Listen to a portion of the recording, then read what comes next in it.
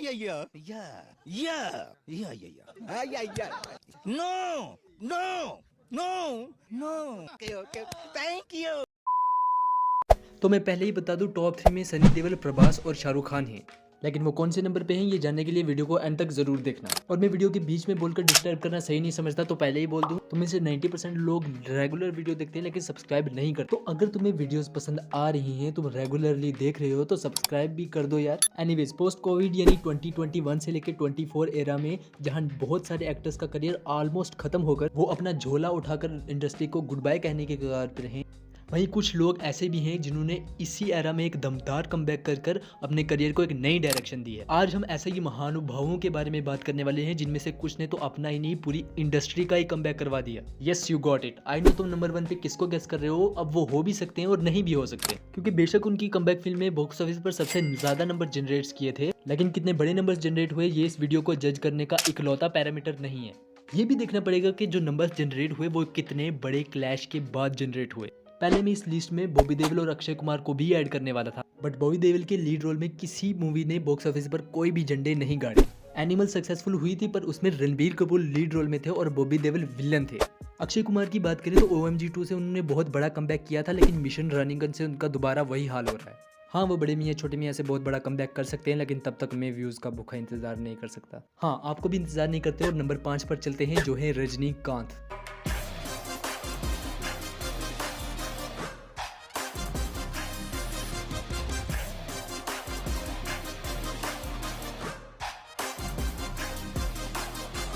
'Robo टूमेटो' और 'कबाली' पिछले decade की इकलौती ऐसी मूवीज थी जिन्होंने रजनीकांत के लेवल के नंबर्स जनरेट किए। इसके अलावा इनकी मेजर मूवीज हाई बजट या फिर रूटीन स्टोरी लाइन के चलते फ्लॉप हो गई।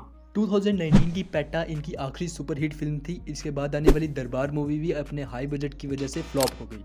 बेशक ये सारी मूवीज फ्लॉप हो रही थी, लेकिन इनमें से किसी भी मूवी ने 200 करोड़ के नीचे के कलेक्शंस नहीं किए। लेकिन 2021 में आई अन्नाथे से ये बची कुछ कसर भी पूरी हो गई, जिसने 180 करोड़ के बजट में 170 से 195 करोड़ के कलेक्शंस किए और अगेन एक फ्लॉप का टैग लिया। साफ दिख रहा था कि रजनीकांत का करियर ग्राफ नीचे जा रहा है और सबको लगता था कि थलापति विजय ने इन्हें रिप्लेस कर दिया। हे भगवती भवानी मैया, इनके धंधे को बरकत देना माँ। मेरा हाथ बहुत लकी है, इसलिए बोनी मैं ही करता हूं।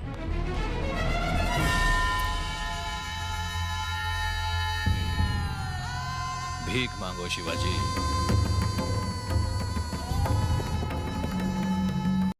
2023 में इनकी फिल्म जेलर आती है, जिससे अगेन किसी को कोई एक्सपेक्टेशंस नहीं थी और सबको लगता था कि ये फिल्म फ्लॉप होगी। लेकिन सडनली जेलर आते ही ब्लॉकबस्टर हो जाती है और 200 करोड़ के बजट में 90 करोड़ की ओपनिंग करके 625 करोड़ का लाइफ टाइम कलेक्शन करके ऑल टाइम ब्लॉकबस्टर हो जाती है और बहुत सारे रिकॉर्ड्स भी अपने नाम करती है, जैसे second highest grossing Tamil film and highest grossing Tamil film in Kerala and overseas. इस मूवी ने दोबारा रजनीकांत को विजय थलापति का सबसे बड़ा कॉम्पिटिटर बना दिया और प्रूव कर दिया कि बच्चे मन के अच्छे लेकिन औकात के अंदर ही अच्छे। नंबर 4, कमल हासन। एक योद्धा हमेशा क्या बोलता है पता है? अरे संभाल लेंगे। 2015 की पापनासम इनकी लास्ट हिट फिल्म थी। इसके बाद इन्होंने लगातार 2023 तक फ्लॉप फिल्म्स दी, जस्ट लाइक थोंगा वाणम चेकटी राज्यम, और इवन इनकी ब्लॉकबस्टर फिल्म विश्वरूपम का सीक्वल भी बुरी तरह फ्लॉप हो गया। इनके बारे में भी सबको लगता था कि लीड रोल में इनका करियर खत्म हो चुका है और ये टॉप लीड के एक्टर्स से तो बिल्कुल हट चुके थे। लेकिन फिर 2022 में आती है विक्रम मूवी, जिसने ना सिर्फ कमल हासन का बहुत बड़ा कमबैक करवाया बल्कि बहुत सारे बड़े रिकॉर्ड्स भी बनाए, जस्ट लाइक बाहुबली का 6 साल पुराना record highest grossing film in Tamil Nadu का रिकॉर्ड इसने तोड़ा, जो आज तक किसी तमिल फिल्म ने नहीं तोड़ा था। और अब इनकी लाइनअप में इतनी बड़ी पैन इंडिया मूवीज हैं कि आने वाले टाइम में ये आराम से टॉप एक्टर की लीग में तो आराम से स्टैंड कर सकते हैं। नंबर 3, सनी देओल।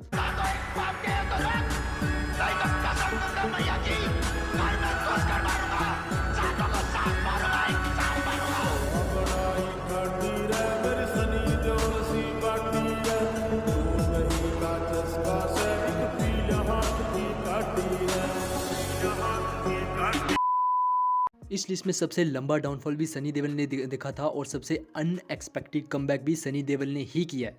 2000 की गदर 1 के बाद इनकी सिर्फ 2 मूवीज ने ही अच्छा परफॉर्म किया, यमला पगला 1 एंड 2। इसके बाद आने वाली इनकी सारी मूवी लगातार 20 साल तक फ्लॉप हुई। इवन इनकी ब्लॉकबस्टर फिल्म घायल के सीक्वल को भी लोगों ने पूरी तरह से रिजेक्ट कर दिया। हम सब इन्हें ऑलमोस्ट भूल ही चुके थे कि तब आती है गदर 2, जिन्होंने 700 करोड़ का कलेक्शन करके ऑल टाइम ब्लॉकबस्टर का टैग हासिल किया, जिसकी वजह से इनकी आने वाली फिल्म लाहौर 1971 भी पाकिस्तान की थीम पे ही बेस्ड है, क्योंकि उन्हें पता है बॉक्स ऑफिस पर रिकॉर्ड वैसे ही टूटेंगे जैसे वो पाकिस्तान में जाके पाकिस्तानियों को तोड़ेंगे। वैसे कलेक्शन देख के गदर 2 को देखने में मत चले जाना, मूवी बहुत ही बकवास है। कटोरा लेकर घूमोगे, भीख भी नहीं मिलेगी। नंबर 2, प्रभास।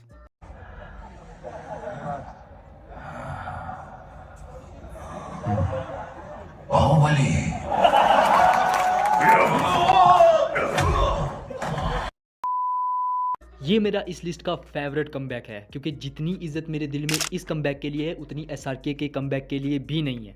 क्योंकि बेशक सलार ने 1000 करोड़ के कलेक्शंस नहीं दिए, पर जिन सर्कमस्टेंसेस में सलार ने 650 करोड़ के कलेक्शंस दिए वो 1000 करोड़ से भी बड़ी सफलता है। सोचो, बैक टू बैक डिजास्टर्स देने के बाद इनकी एक लास्ट मूवी आती है, वो भी अपने टाइम के सबसे बड़े सुपरस्टार से क्लैश करने के लिए जो ऑलरेडी अपनी पीक पे चल रहा है। और प्रभास SRK को हराता ही नहीं बल्कि बुरी तरह से हराता है, क्योंकि डंकी ने पूरे वीकेंड में जितने कलेक्शंस किए थे सलार ने उतनी ओपनिंग कर ली थी, और सलार ने वीकेंड में जितने कलेक्शंस किए थे वो डंकी का लाइफ टाइम था। दैट्स व्हाई इस कमबैक की इज्जत मेरे दिल में SRK से भी ऊपर है। बेशक प्रभास इस लिस्ट में नंबर 1 पे नहीं है, लेकिन मेरे दिल में वो सबसे नंबर 1 पे हैं। साथ ही एक और चीज़ में नंबर 1 है, इंडियन सिनेमा को उनकी सबसे बड़ी डिजास्टर देने में। And finally the number 1 is SRK 2.0। 1000 crore की फिल्म तो आजकल हर कोई दे रहा है, लेकिन एक साल में 2 बार 1000 करोड़ की फिल्म देना और टोटल ईयर में 2600 करोड़ के कलेक्शंस देना सिर्फ SRK ही कर सकता है। That's why not only Indian cinema बल्कि ये पूरे वर्ल्ड सिनेमा का सबसे बड़ा कमबैक है। आज भी हिंदी सिनेमा की 2 सबसे ज़्यादा कमाई करने वाली मूवीज़ इनकी ही कमबैक मूवीज़ हैं। Number 2 is Pathaan with 525 crore and number 1 is Jawan with 580 crore. और बाहुबली का हिंदी बेल्ट में सबसे बड़ा रिकॉर्ड जो RRR और KGF से भी नहीं टूटा था, वो भी इन्होंने तोड़ के दिखाया था। दैट्स वाई ये पूरा साल बस इन्हीं का था। वो बात अलग है, साल के एंड में प्रभास से धुलाई भी हुई थी। खैर, बड़े बड़े बॉक्स ऑफिस पर उससे भी बड़े क्लैशेस होते रहते हैं। आज की वीडियो में बस इतना ही। तुम सब्सक्राइब करके 100-200 की कलेक्शन मुझे भी करने दो।